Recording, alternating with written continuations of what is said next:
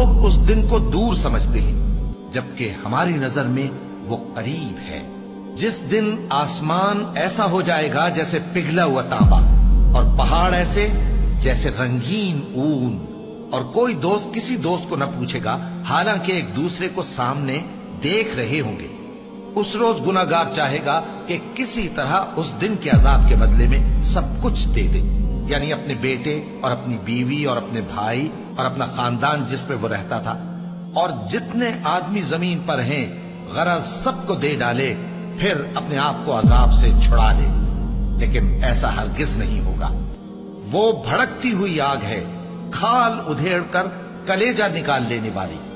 وہ ان لوگوں کو اپنی طرف بلائے گی جنہوں نے دین حق سے اعراض کیا اور منہ پھیر لیا اور مال جمع کیا پھر سینت سینت کر رکھا.